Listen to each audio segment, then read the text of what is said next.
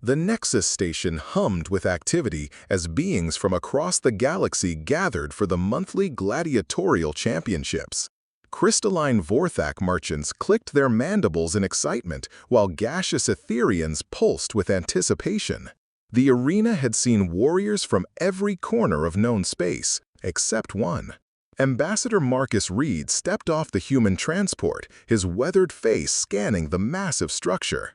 Behind him, Captain Elena Vasquez adjusted her military dress uniform, while Lieutenant Jake Morrison carried a simple duffel bag that seemed primitive compared to the advanced gear surrounding them. "First-time humans have been invited to observe," Marcus muttered, reading from his diplomatic pad. "The Galactic Council wants to see how we react to their entertainment." The trio made their way through bustling corridors, drawing curious stares. Humans were still a novelty, a young species that had only recently achieved faster-than-light travel. "Look at them," whispered a towering Krillian, its blue skin shimmering. "So small, so soft, no natural weapons, no armor plating. How did they even survive to reach space?" In the arena's luxury viewing box, High Arbiter Zexthal, a massive reptilian being, gestured toward the human delegation with amusement. "Fascinating specimens," he rumbled to Counselor Nilava. "Their planet classification shows they're from a death world, yet they appear so fragile." Below in the arena, the current champion stood victorious. Karthos the Destroyer was a mountain of muscle and chitin, standing 12 feet tall with razor-sharp claws and natural armor that could deflect plasma bolts. He had held the championship for 3 standard years. "Is there no one who can face the mighty Karthos?" the announcer boomed. The crowd roared approval as the champion raised his massive arms. Marcus studied the victor with tactical eyes. Impressive, but predictable. All brute force, no finesse. Elena nodded. "Marcus, look at the betting boards." Holographic displays showed odds for potential challengers. Every name belonged to established warriors from military species. The humans weren't even considered worth mentioning. High Arbiter Sextal's voice echoed through their comm unit.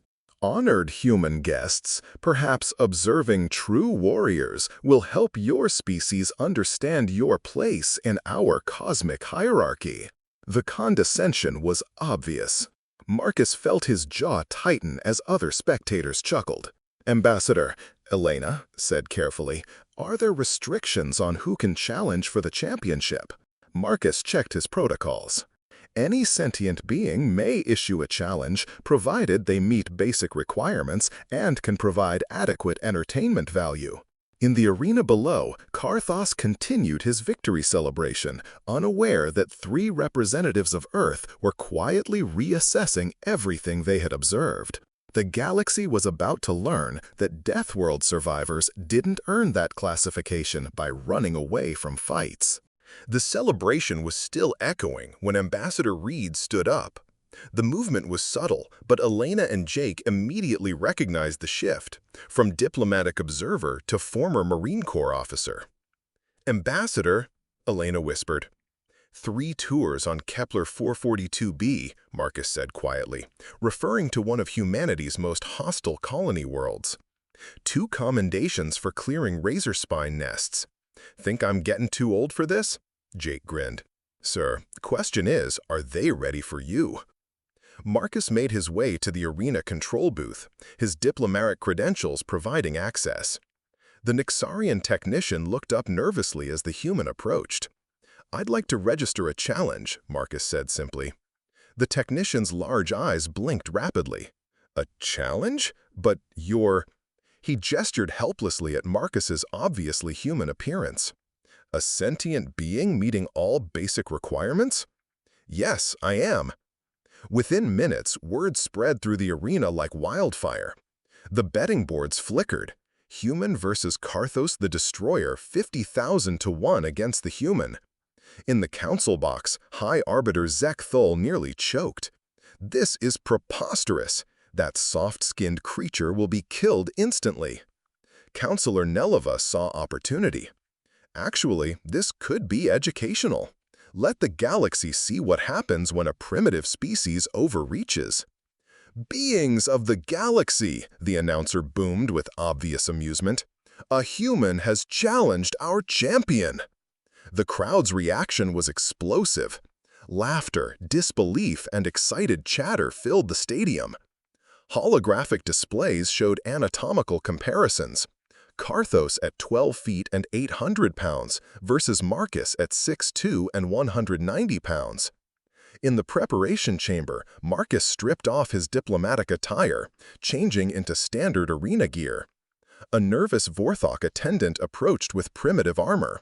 "Sir Human, you must wear protection." "This is adequate," Marcus replied, checking his flexibility. Elena burst in, face flushed with excitement. "Marcus, the medical scans, they don't understand our physiology. They think our muscle density is normal, have no idea about our bone structure or cardiovascular system under stress." Jake appeared with Marcus's duffel bag. "Plus, they've analyzed Karthos for years. They know his patterns." Marcus nodded grimly. "While they know nothing about ours. Time to give them a crash course in Death World evolution." Above, the arena screen displayed educational footage about humans, peaceful missions, cultural exchanges. The narrator's tone was pitying. "A young species known for curiosity and adaptability, despite obvious physical limitations." What the footage didn't show were classified military reports. Humans surviving in environments that would kill most species within minutes. As arena lights dimmed, the galaxy prepared to witness what they assumed would be a brief demonstration of natural order. They had no idea it was about to be turned completely upside down. The arena floor stretched out like a technological coliseum, its smart matter surface configured for optimal combat viewing. Holographic barriers shimmered at the edges, designed to contain the most violent alien combatants. Karthos entered first, his massive frame causing the floor to vibrate with each step. The crowd erupted in familiar cheers. This was their champion, their apex predator.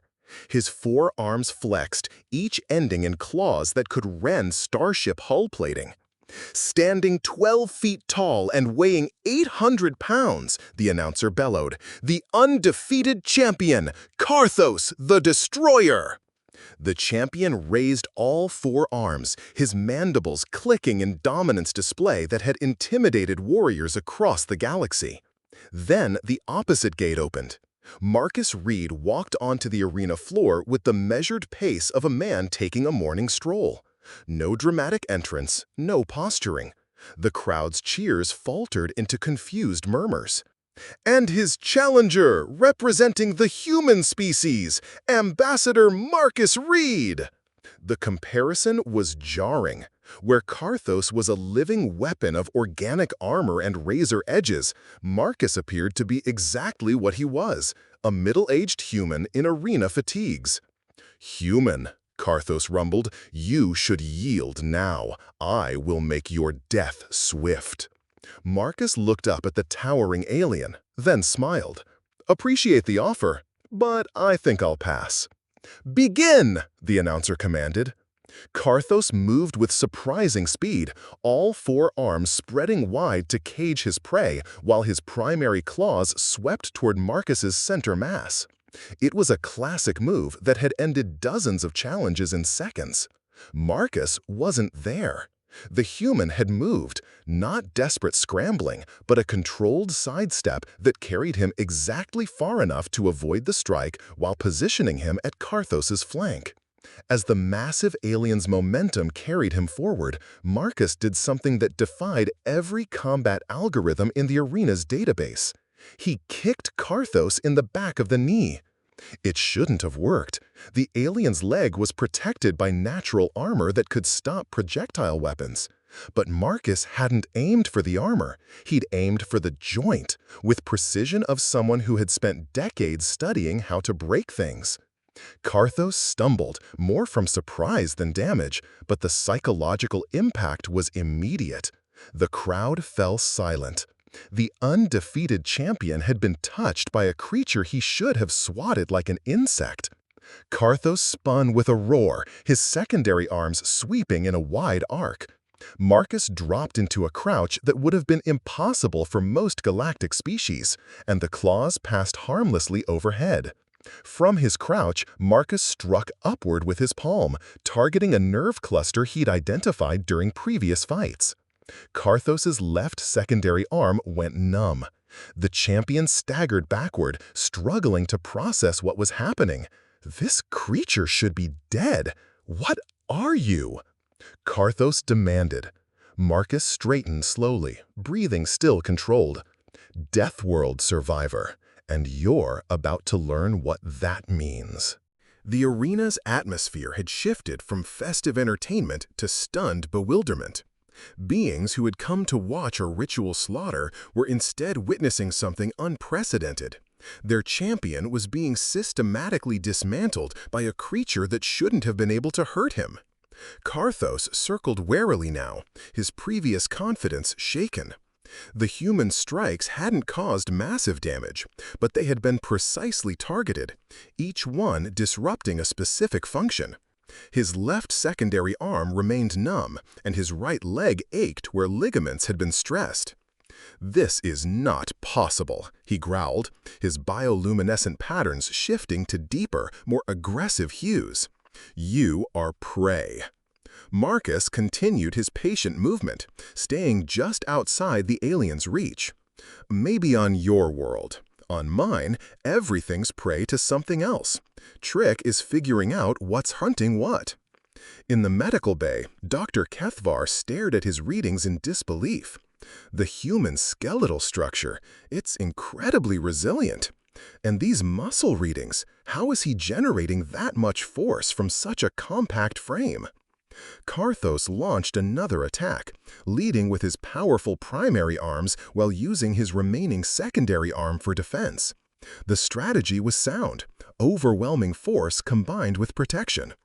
Marcus flowed around the assault like water, his human flexibility allowing him to contort in ways that defied the alien's understanding. As Karthos's claws swept past, Marcus grabbed the champion's primary arm and used the alien's own momentum to redirect the strike into Karthos's own leg. The sound of chitinous armor cracking echoed through the arena. The crowd gasped. Karthos roared in pain, finally understanding that he wasn't just fighting a smaller opponent. He was fighting something that turned his own strength against him. "Incredible!" the announcer shouted. "The human is using the champion's attacks to damage the champion himself." In the council box, High Arbiter Zekthal frantically accessed human data files. "These reports can't be accurate." Listen, humans regularly engage in recreational activities that would be considered extreme survival scenarios by galactic standards. Karthos, desperate now, attempted to crush his opponent with his massive bulk. He threw himself forward in a full-body tackle that should have ended the fight instantly. Marcus stepped aside and struck the champion's extended neck with a precise chop, targeting another nerve cluster. Karthos crashed to the arena floor, his nervous system temporarily disrupted. The crowd was on its feet, not cheering, but trying to comprehend what they were witnessing. In VIP sections, military commanders were hurriedly updating their assessments of human capabilities. Karthos struggled to his feet, his massive frame trembling with exhaustion and pain. 3 of his 4 arms were compromised, and his movements had become clumsy, desperate. For the first time in his career, he was truly afraid. "What are you?" he demanded again, his voice cracking. Marcus paused, considering the question seriously.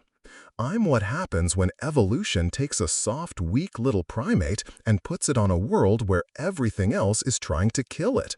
For 2 million years." The champion lay still, breathing heavily, all fight gone. Marcus stood over him with respect. "Yield?" he asked quietly. "I yield," Karthos whispered. The arena exploded into chaos. The silence following Karthos's surrender lasted exactly 3 seconds before the arena erupted into absolute pandemonium. Beings were on their feet, shouting in languages from across the galaxy, while others sat in stunned silence, their understanding of the universe fundamentally altered.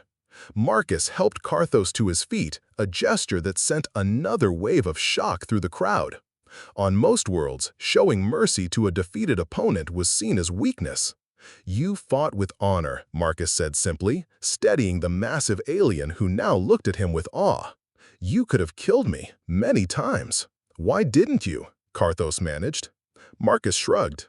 "Because I didn't need to. The fight was about proving a point, not taking a life." In the council box, High Arbiter Zextal frantically conferred with military advisors, while emergency communications flooded in from fleet commanders across the galaxy. "Sir," his aide reported, "we're receiving priority communications from the Krillian High Command, the Vorthak Military Council, and the Zentorian Defense Ministry. They all want immediate reassessment of human military capabilities."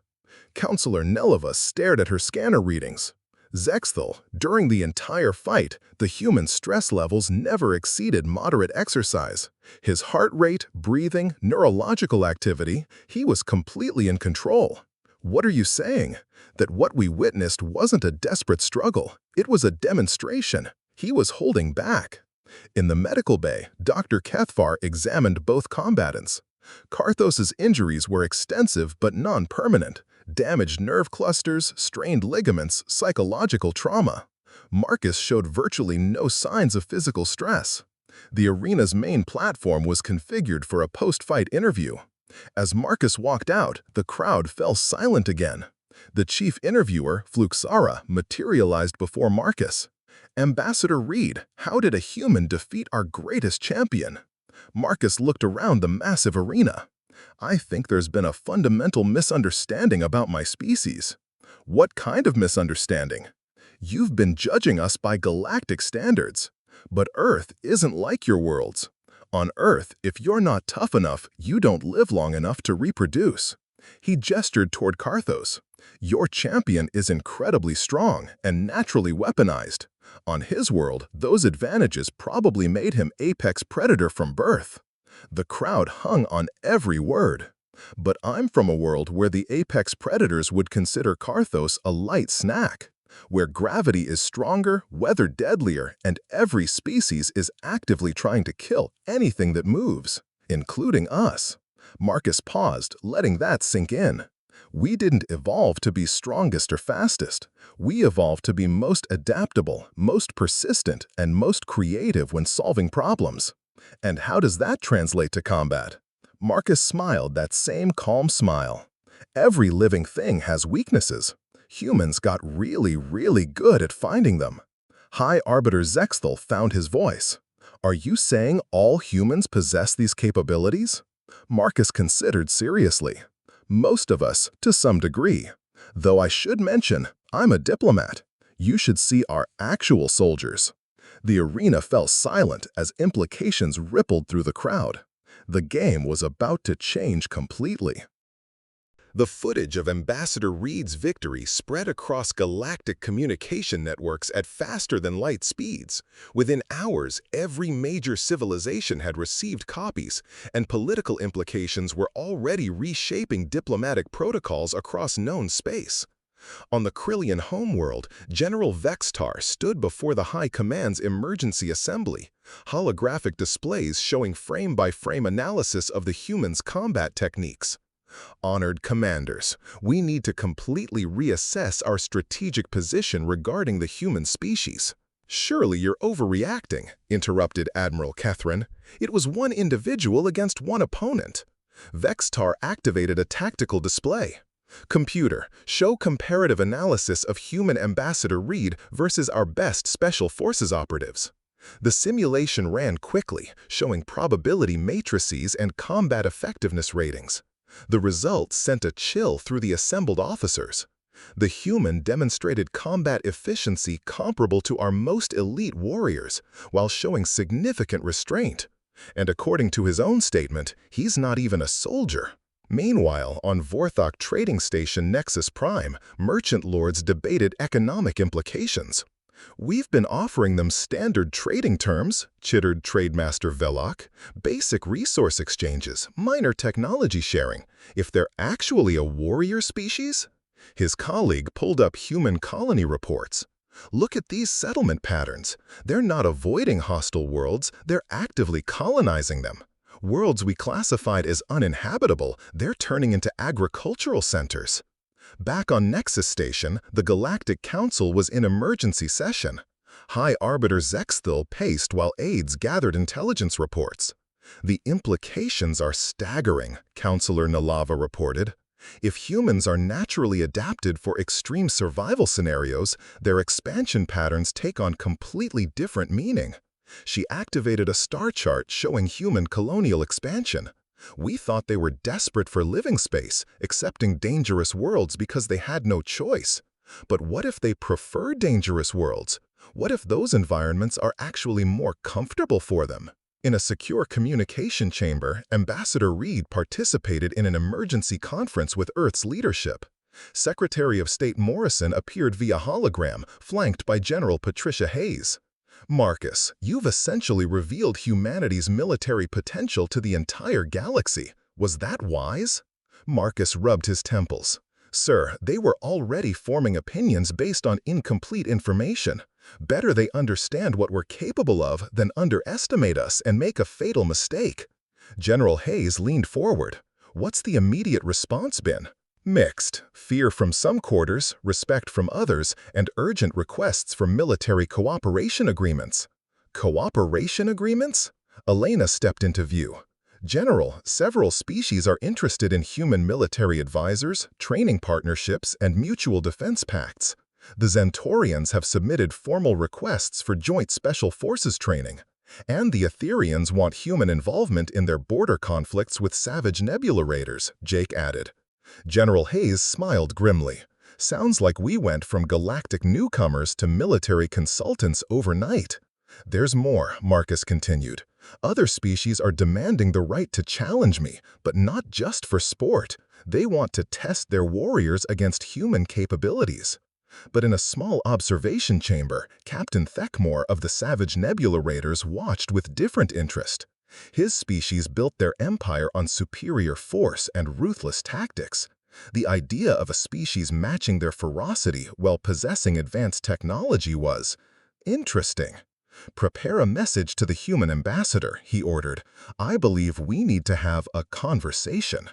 The real battles were just beginning.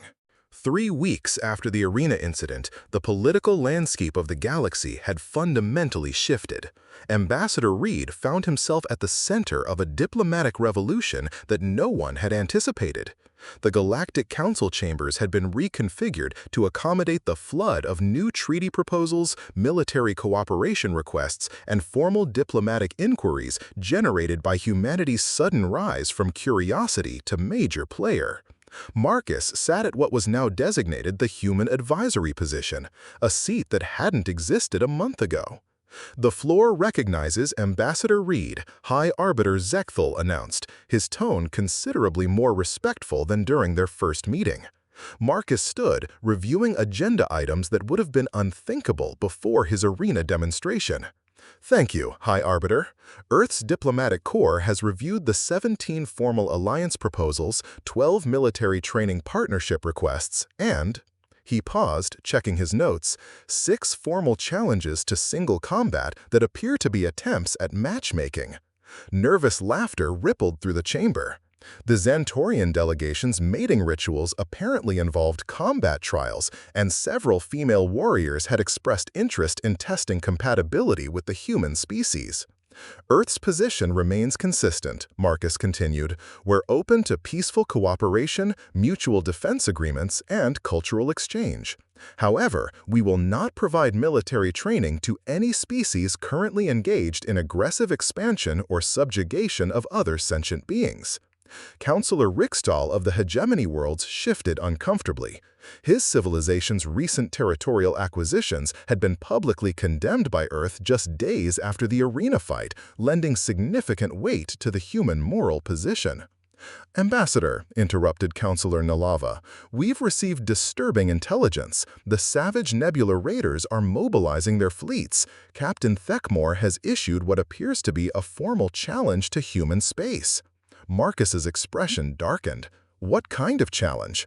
Direct quote, "If these humans are truly warriors as they claim, let them prove it against real enemies. We will test their mettle in actual combat." The chamber fell silent. The savage Nebula Raiders were notorious for their brutality, having conquered dozens of peaceful worlds through overwhelming force and terror tactics. Their fleet movements suggest they're targeting human colony worlds, Zechthel added grimly. Specifically, the Outer Rim settlements that other species consider uninhabitable.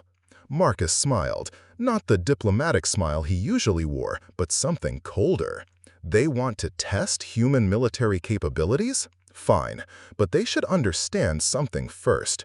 He stood, addressing the entire assembly. For 3 weeks, you've been debating what humanity's emergence means for galactic politics.